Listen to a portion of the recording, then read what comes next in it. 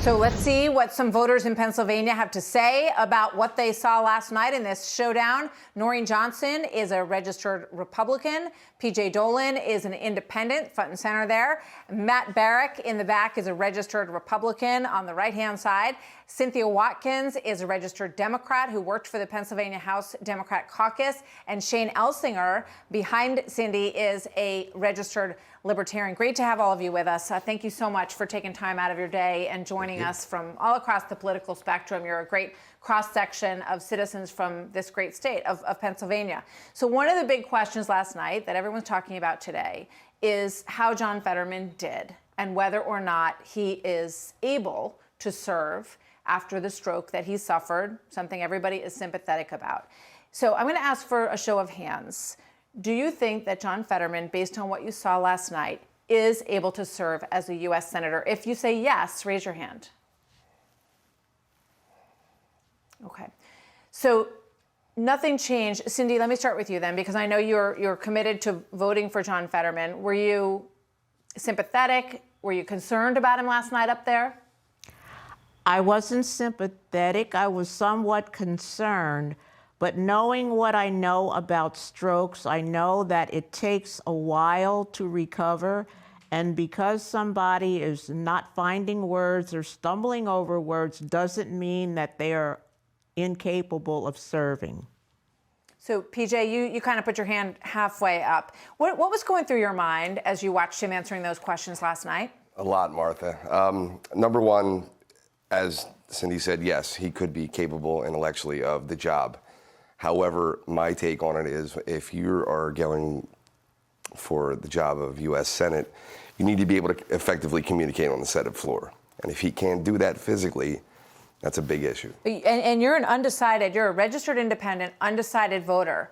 Did you make up your mind last night? It definitely pushed me more towards Oz. I haven't made the decision yet totally, but I mean, what we saw last night was sad to say the least.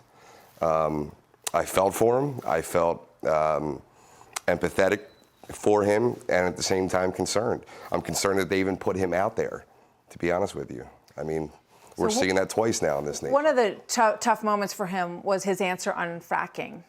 Let's watch that answer with all of you. I do support fracking. I've never taken any money from their industry, but I support how critical it is that we produce our own energy. But there is that 2018 interview that you said, quote, I don't support fracking at all. So how do you square the two? I do support fracking, and I support fracking, and I do support fracking. Shane, let me ask you, you're a registered Libertarian, right, undecided voter. I believe you're a veteran as well. Is that correct? Ultra. Energy is obviously a big issue. Mm-hmm. So his flip-flop on fracking, what's your response? Well, as far as fracking is concerned, Pennsylvania needs it, especially in the energy, problems we're having right now. So it's very possible that before in 2018, maybe he was like, we got to end this, environment, and now that we're in the economic climate we're in, he may have just changed his mind. So that wasn't as hurtful of a exchange for Fetterman as some of the other ones, in my opinion. So you're undecided. Yeah. Did you make up your mind last night? I will definitely not be voting for Fetterman, I guess is the best way to put it. So. But will you vote for Oz? Either him or Gerhardt, the Libertarian, of course. Did Oz persuade you at all last night? I know you. Yeah, I thought his response on abortion was really well done with, hey, send it to the states where it belongs. That's a very libertarian kind of thing to do.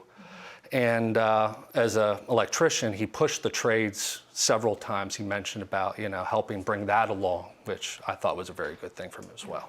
Let's watch the response on abortion from Dr. Oz. There should not be involvement from the federal government in how states decide their abortion decisions. I want women, doctors, local political leaders, letting the democracy that's always allowed our nation to thrive to put the best ideas forward so states can decide for themselves.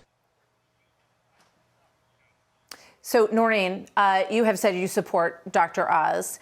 In that answer, he talked about it being decided by women and their doctors and local political officials, which he's getting some blowback for today. What did you think about the answer there? Well, obviously, most conservative, Republican, anyone's are very, very pro-life. That being said, he's also a doctor, so he very much speaks from a medical perspective. And I think that's what he was doing last night. He wasn't necessarily drawing a line between either side. He was more just defining the fact that he's a doctor, and he knows that sometimes there are medical reasons why it would be appropriate. So I want to ask you about the governor's race as well, because we've been hearing that there will be some split vote. Mastriano, maybe, between Mastriano and Oz on the Republican side. How about you? I mean, I would never split my vote because I am a party voter. I also know that our country right now is a disaster. So there's only one party for me, and that's Republican. A disaster in what sense? What's really on your mind? Do you have about a week to talk about it? Everything from inflation to crime. I just, everywhere you look, it's really gone south. How many people, raise your hand if you feel that the country is headed in the wrong direction? Everybody. 2 hands. So last night, you're also an undecided voter, Matt. Registered Republican. Did you decide last night? Going into last night, I would have considered myself undecided and wanted to know more about both of these guys, specifically Oz. Fetterman has a bit of a record where we've seen what he's done in government a little bit. Oz, not so much. As PJ mentioned earlier, going in, I was a bit empathetic watching him because I feel like he needs to be able to make decisions. And I'm not certain, looking at his performance last night, that we could count on him as Pennsylvanians to make good decisions and represent us. There was a neurologist on that I watched following the debate last night who was saying, she doesn't know any more than the rest of us, but typically the therapy done in the first 6 to 8 months is about as good as it's going to get. And so I looked at that, and he's been 5.5 months post-stroke. To think this may be as good as he gets is very concerning. So, Cindy, you raised your hand that you feel like the country's headed in the wrong direction. In what way? Well, speaking, first of all, as an African American, secondly, as a woman, and thirdly, as a senior, I see a lot of racism, sexism, and ageism that's affecting everybody. And what about your feelings about the current administration? Are you supportive of President Biden? Do you think he should run again? I'm not sure that he should run again, but I'm supportive of what he is attempting to do. And what is that? When you look at inflation, when you look at crime, do you feel like he's on the right track with those two things? Let me put it that way. I think so, and I'm also aware that one man can't fix everything, no matter what party. So when I ask you about crime, how high on the list is crime? Do you feel safe in this country today, or do you feel unsafe? Who wants to? Unsafe. You feel unsafe? So to put it into perspective, this summer my teen daughter wanted to go with a family that I trust and her friends to New York City. Here again, we're talking Pennsylvania, not New York. But I had no issue with the family she was traveling with, had no worries about the decisions they were making. But seeing the news reports of what's happening in our inner cities gave me complete pause in allowing her to go. And that shouldn't be something you really need to think about. If you're okay with everything else about the situation, it's sad to think in America nowadays, you have to wonder what might happen just going to visit a place. Yeah. In terms of energy, how is inflation impacting your daily life? And maybe, Shane, you could talk about your business as an electrician. I know you run your own company. Yeah, driving a large truck around every day really sucks up the gas mileage. And it certainly makes a difference on how far you want to travel to take a job and do things like that. You have to factor in a lot more considerations than you used to before. And are you making different personal decisions about travel or about buying a home, anything along those lines? I took a different job because of the commute mainly and the violence. I also teach school in the inner city, and I travel 9 miles, and it takes me an hour and 15 minutes to get home. That gas money, coupling with that commute, it's just too much. And Yeah. It all adds up. It affects everything. Affects cost of goods. Affects everything. How's it affecting you, Noreen? Well, considering, the Democratic Party runs on being for the middle class are hurting. So clearly everyone's affected by the middle class is hurting. But directly to me, I would just say that, yes, I definitely travel less for lots of reasons. But in general, if we don't watch our savings and our 401ks, there's a good chance there'll be nothing left.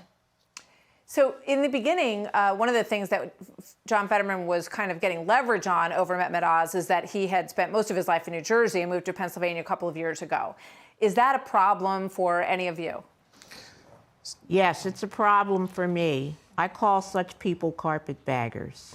That's what they've been called. So Martha, I would say entering last night, that was a concern of mine. Yeah.